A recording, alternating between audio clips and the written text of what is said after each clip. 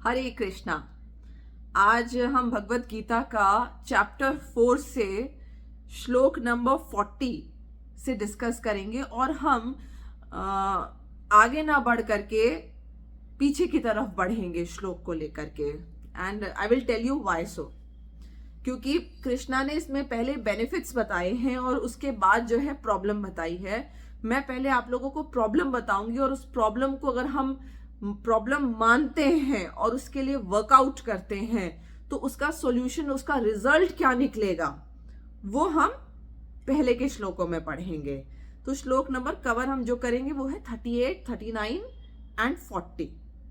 और सच मानो फ्रेंड्स, ये फेथ के ऊपर श्लोक है और मैंने इसीलिए सोचा इस वीडियो को मैं बनाऊं कि अगर यही जो श्लोक है, अगर यही हम फॉलो नहीं कर रहे हैं तो हम बहुत बड़ी प्रॉब्लम में हैं, बहुत बहुत बड़ी प्रॉब्लम में हैं और हमें पता भी नहीं है। सबसे बड़ी प्रॉब्लम तो अपने आप में यही है कि आप प्रॉब्लम में हैं और आपको ये पता ही नहीं है कि आप प्रॉब्लम में हैं। जैसे कोई बड़ी डिजीज होती है ना और हमारी बॉडी में पल रही होती है तो वो तब तक बहुत बड़ी नहीं होती है जब तक हमको उसके बारे में पता होता है, तो हम उसका ट्रीटमेंट लेकर के अपने आप को सेव कर लेते हैं। लेकिन जब डिजीज होती है बॉडी में और किसी को पता नहीं चलता है तो वो स्टेजेस क्रॉस करती जाती है और फाइनली जब वो अपना फाइनल वार करती है तब हमको नुकसान हो जाता है। वैसे ही डाउट है, शक है, फेथफुल ना हो पाना, फेथ ना रख पाना अपने आप में एक बहुत बड़ी प्रॉब्लम है। इन श्लोकों पे मैं आकर के जो डिस्कस करूंगी वो तो है ही है, बट आई वुड से अगर आपको स्क्रिप्चर्स पे फेथ नहीं है, आत्मा होती है फेथ नहीं है, भगवत गीता में जो लिखा है किसने देखा फेथ नहीं है, ये कह करके उसको कूड़े में मत फेंक दो। उस पे वर्कआउट करो कि ऐसा क्या है जो उसमें कहा जा रहा है, क्यों इतना सीरियसली लोग इसके बारे में बोल करके गए हैं। इतने महान आत्माएं, इतने महान लोग जो हैं वो इसके बारे में बहुत डेप्थ में डिस्कस, इतना टाइम दे करके गए हैं इस चीज के ऊपर। तो ऐसा क्या है जो वो लोग इतना कुछ बोल रहे हैं और कितने ऐसे लोग हैं जो बदले में कोई चीज एक्सपेक्ट भी नहीं करते हैं आपसे और फिर भी जो है भगवत गीता के बारे में बात करते हैं। तो ऐसा क्या समझाना चाह रहे हैं आपको? क्यों आप लोग को ऐसा लग रहा है कि ये सच नहीं है? और जब लग रहा है कि ये सच है तो उसे हम फॉलो क्यों नहीं कर पा रहे?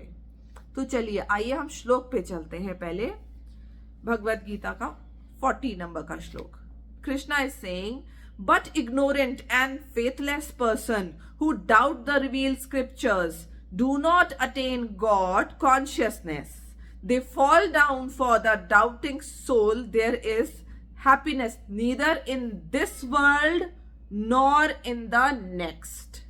कृष्णा हमेशा इस कंटेक्स्ट में बात करते हैं कि अभी प्रेजेंट की बात नहीं करते हैं, वो हमेशा फ्यूचर की भी बात साथ में करते हैं। क्यों? क्योंकि ये बॉडी फिनिश होने के बाद भी हमारी एग्जिस्टेंस है। तो उसी कंटेक्स्ट में कृष्णा बात करते हैं। उन्होंने खाली एक दो श्लोकों में कह दिया कि हाँ आत्मा होती है, ऐसी होती है, वैसी होती है, जला नहीं सकते, मार नहीं सकते, भिगो नहीं सकते, ऐसा नहीं खाली उन्होंने किया। उन्होंने अपने आगे के श्लोकों में इस बात को, इस थ्योरी को कंटेक्स्ट में रख करके हमेशा बात करी है कि जो लोग फेथ नहीं डेवलप कर पाते हैं, डाउटफुल रहते हैं हमेशा, वो ना तो यहाँ खुश रहेंगे और ना ही आगे आने वाले दूसरे अपने लोक में जिसमें भी जाएंगे, वो जहां भी होंगे वहां पे भी खुश नहीं रहेंगे। प्रभुपाद क्या एक्सप्लेन करते हैं, आइए हम इसको समझने की कोशिश करते हैं। प्रभुपाद कहते हैं, किंतु जो अज्ञानी तथा श्रद्धा विहीन व्यक्ति शास्त्रों में संदेह करते हैं वे भगवत भावनामृत नहीं हो पाते, प्राप्त करते, अपितु नीचे गिर जाते हैं। संचय आत्मा के लिए न तो इस लोक में न ही परलोक में कोई सुख है। प्रभुपाद एक्सप्लेन करते हुए कहते हैं, भगवत गीता सभी प्रमाणिक एवं मान्य शास्त्रों में सर्वोत्तम है। जो लोग पशु तुल्य हैं उनमें न तो प्रमाणिक शास्त्रों के प्रति कोई श्रद्धा है और न उनका ज्ञान होता है।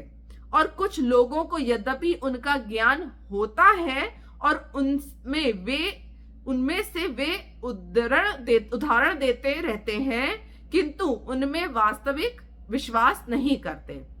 देखिए, सबसे लोएस्ट कैटेगरी के वो लोग होते हैं जिनको जरा सा ट्रस्ट होता ही नहीं है। फिर उनसे एक बेटर कैटेगरी के होते हैं जिनको ट्रस्ट नहीं होता है, मगर फिर भी वो उसमें से एग्जाम्पल्स देते रहते हैं। अक्सर हम लोग देखेंगे ना कि लोग खुद तो जो है बहुत ग्रीडी होंगे, लेकिन कह देंगे अरे कौन अपने साथ ऊपर लेके जाता है, और खुद जो है वेल्थ बटोरने में लगे होंगे। तो मतलब दे डू नॉट बिलीव कि कार्मिक रिएक्शंस आते हैं, या भगवत गीता में क्या लिखा है, बट वो प्रवचन देते हैं। तब they do not practice but they preach. फिर प्रभुपाद आगे कहते हैं, किंतु उनमें वास्तविक विश्वास नहीं करते। यहां तक कि कुछ लोग जिनमें भगवत गीता जैसे शास्त्रों में श्रद्धा होती है, फिर भी वे न तो भगवान कृष्ण में विश्वास करते हैं, न उनकी पूजा करते हैं। ऐसे लोगों को कृष्ण भावनामृत का कोई ज्ञान नहीं होता, वे नीचे गिरते हैं। उपर्युक्त सभी कोटि के व्यक्तियों में जो श्रद्धालु नहीं है और सदैव संशयग्रस्त रहते हैं, वे तनिक भी उन्नति नहीं कर पाते। जो लोग ईश्वर तथा उनके वचनों में श्रद्धा नहीं रखते, उन्हें न तो इस संसार में और न भावी लोक में कुछ हाथ लगता है। उनके लिए किसी भी प्रकार का सुख नहीं है। अतः मनुष्य को चाहिए कि श्रद्धा भाव से शास्त्रों के सिद्धांतों का पालन करे और ज्ञान प्राप्त करे। इसी ज्ञान से मनुष्य आध्यात्मिक अनुभूति के दिव्य पद तक पहुंच सकता है। दूसरे शब्द में, आध्यात्मिक उत्थान में संशयग्रस्त मनुष्य को कोई स्थान नहीं मिलता। अतः मनुष्य को चाहिए कि परंपरा से चले आ रहे महान आचार्यों के पद चिन्हों का अनुसरण करे और सफलता प्राप्त करे। मतलब प्रभुपाद ने साफ साफ क्लियर कहा है कि भाई भगवत गीता पढ़ो, उन लोगों द्वारा लिखी हुई पढ़ो जो ऑथेंटिक भक्ति मार्ग पे चलने वाले किसी संप्रदाय के गुरु रहे हैं। ये नहीं कि किसी प्राइम मिनिस्टर ने लिख दी भगवत गीता, या किसी जो आजकल के नए नए राइटर्स आ गए हैं उन्होंने लिख दी तो हमने पढ़ ली और हमने समझ ली। वो तो बहुत भयावक हो जाएगा अगर वो भक्त नहीं है और उन्होंने भगवान के ऊपर श्रद्धा नहीं रखी है, उनकी पूजा भक्ति भजन इन सब में उनका लाइफ नहीं स्पेंड हुई है, और वो भगवत गीता पे टिप्पणी कर रहे हैं मत पढ़ो। ये तो मैं एक्चुअली बिल्कुल ठोस 110% गारंटी के साथ कह सकती हूँ, ऐसी भगवत गीता नहीं पढ़नी चाहिए। पढ़ो तो किसी भगवान के भक्त द्वारा लिखी हुई भगवत गीता ही पढ़ो, नहीं तो मिसगाइडेड हो जाओगे। तो इसमें एक्सप्लेन क्या किया गया है, क्या बोल रहे हैं भगवान कृष्ण कि जब जो लोग श्रद्धा विहीन एकदम होते हैं उनके लिए क्यों है कि यहाँ भी खुशी नहीं और वहां भी खुशी नहीं, क्योंकि वो स्क्रिप्चर्स में जब बिलीव नहीं करेंगे, वो कर्मों में कार्मिक साइकिल्स के बारे में बिलीव नहीं करेंगे। कार्मिक साइकिल तो एक चीज है कि भाई जो हम करते हैं वही लोगों को मजा आता है ना भगवान को कोसने में। जब किसी के साथ कुछ बुरा हो जाता है तो हम सब जो है मिलके भगवान को कोसते हैं कि तुमने क्यों किया हमारे साथ। तो अब भगवान क्या बैठ करके वीडियो गेम खेल रहे हैं जिसके पात्र हम हैं, कि उन्होंने एक कार को दूसरी कार से भिड़ा दिया और फिर खुश हो रहे हैं अरे वाह वाह वाह वाह। ऐसा नहीं है, उन्होंने एक साइकिल क्रिएट करी है, जैसा करोगे वैसा भरोगे, ये कर्म किया है तो वो उस हिसाब से फलीभूत होगा। तो हम खुद अपने भाग्य के विधाता बने हैं।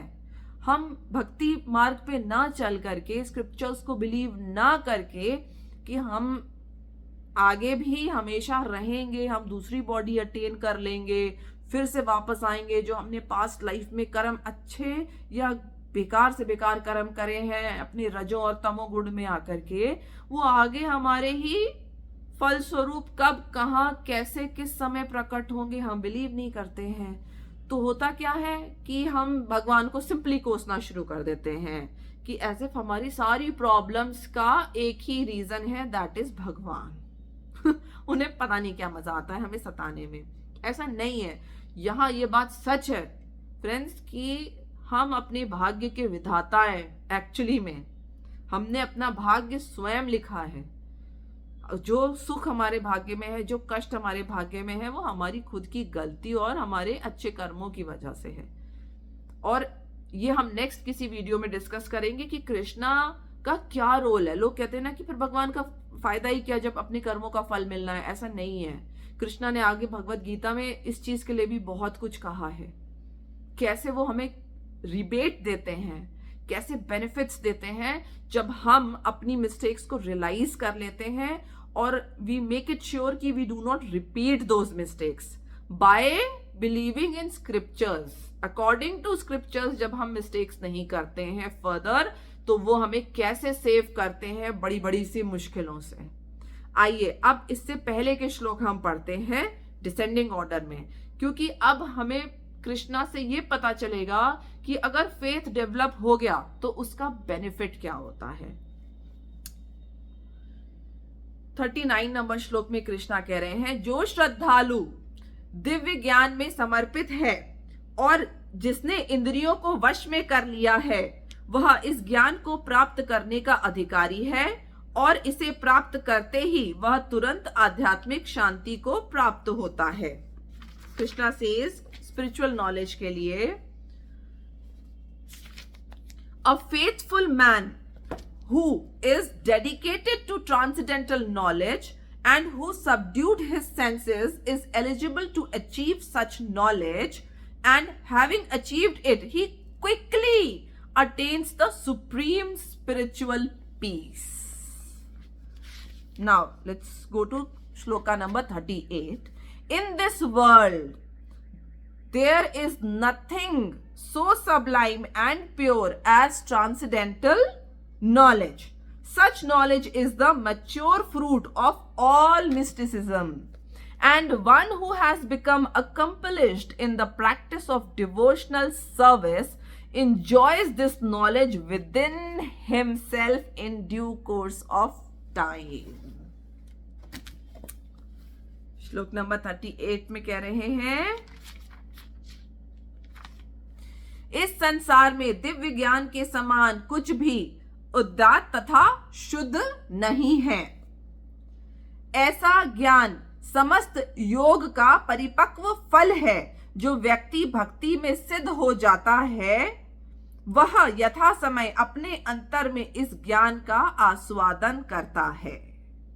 तो जिस ज्ञान जो सबसे ज्यादा प्योर है, कृष्ण कह रहे हैं, अगर कह रहे हैं प्योर है तो एक्चुअली है, जो सबसे ज्यादा प्योर नॉलेज है इस पृथ्वी पे, हम उसी पे फेथ नहीं करते हैं। तो सोचो कि जिस नॉलेज पे यानी कि हम बिलीव कर रहे हैं इस स्पिरिचुअल भगवत गीता की ज्ञान के अलावा, वो उतना प्योर है ही नहीं। तो हमारा जो भागवतम है, हमारी भगवत गीता है, हमारे मेन स्क्रिप्चर्स हैं जो, वो सबसे प्योर हैं। उन पे हमें फेथ रखने से क्या बेनिफिट्स हो सकते हैं और नहीं रखने से, सिंपल लाइन में कह दिया ना, जैसे कोई किसी को, पता है हम लोग कितना डरते हैं कि देखो कोई हमारे बारे में बुरा कह रहा है, हम सिर्फ उसके बुरा कहने से कुछ होता ही नहीं है। कोई आपके बारे में कितना भी कुछ बुरा कह ले, उससे एक्चुअली में आपका कुछ नहीं बिगड़ेगा, मगर हम जो है कितना रिएक्ट करते हैं कि ओहो मेरे बारे में बुरा कहा, इसकी तो मैं ऐसी की तैसी कर दूंगी। लेकिन हम इतनी बड़ी बात में बिलीव नहीं करते हैं जो एक्चुअली में हम पे इफेक्ट डाल रही है, कि हमारा स्क्रिप्चर्स पे फेथ नहीं है, और अगर है भी तो हम उसको बिलीव करके आगे नहीं बढ़ रहे हैं। पहले सबसे बड़ी प्रॉब्लम तो यही है कि फेथ नहीं है। लोग एक ही स्टेटमेंट दे देते हैं, किसने देखा भगवत गीता, किसने बोली थी, बोली भी थी कि नहीं बोली थी, कि किसी ने मन से लिख दी है। जब अगर ये फेथ ही नहीं होगा तो ना, तो यही सबसे बड़ा श्राप है। किसी को आपको आपकी बुराई करने की या आपको कर्स करने की, श्राप देने की आपको जरूरत ही नहीं है। सबसे बड़ा अपने आप में अभिशाप है फेथ ना होना स्क्रिप्चर्स पे। क्यों? क्योंकि कृष्णा ने कहा है जिन लोगों को फेथ नहीं होता है वो ना तो यहां खुश रहते हैं और ना ही किसी और दूसरे लोक में, ना परलोक ना परलोक, दोनों ही खराब हो जाते हैं उनके। तो हम अपने लिए खुद ही श्राप बने हुए हैं।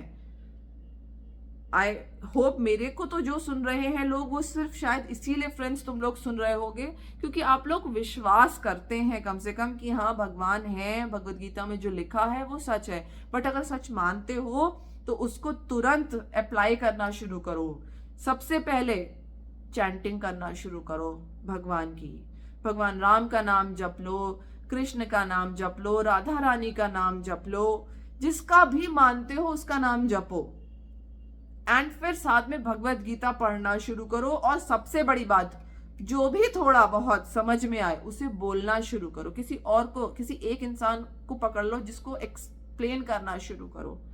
क्योंकि क्या है ना, ये तो अभी सुनना है, बोलने से बहुत फेथ डेवलप होता नहीं है ऑटोमेटिकली, वो कृष्ण करवाते हैं और ऐसे करवाते हैं कि तो सबसे बड़ी मजे की बात तो यही है कि कृष्ण ऐसे फेथ डेवलप कराते हैं कि अब हम किसी को वो प्रूव नहीं कर पाते हैं। वो खुद को ही अंदर से ग्रो होने का मौका देते हैं। हर कोई स्पिरिचुअली इंटरनली खुद से ग्रो हो, ये नहीं कि दूसरे ने कोई प्रूफ दिखा दिया कि हाँ हम मून पे गए थे तो पक्का है गए थे, झूठ नहीं बोल रहे हैं, इस बार सच बोल रहे हैं। ये वो नॉलेज नहीं है, ये तो भीतर से प्रकट होने वाली, क्योंकि ये ऑलरेडी अंदर आत्मा में रिकॉर्डेड है, सब कुछ सोल में सब कुछ रिकॉर्डेड है, बस रिकॉल करना है। इसीलिए प्रूफ की जरूरत नहीं है। जिस दिन हमने इस पे थोड़ा सा भी विश्वास करके आगे बढ़ना शुरू किया कि चलो देखते तो हैं होता क्या है चैंटिंग करने से, चलो हम भी कुछ साल चैंटिंग करेंगे, चलो हम भी भगवत गीता पढ़ेंगे, इसको समझने की कोशिश करेंगे, तो वो क्या होगा, जो भूले हुए हैं वो रिकॉल होने लगेगा, वो अंदर से अपने आप बाहर आएगा।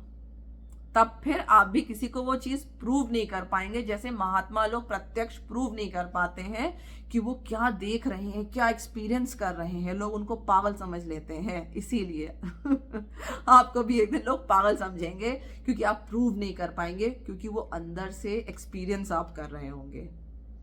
तो भगवत गीता पढ़िए, पढ़ाइए, जो भी समझ में आए नाम जपिए और दूसरों को भी प्रेरित करिए जपने के लिए। हरे कृष्णा।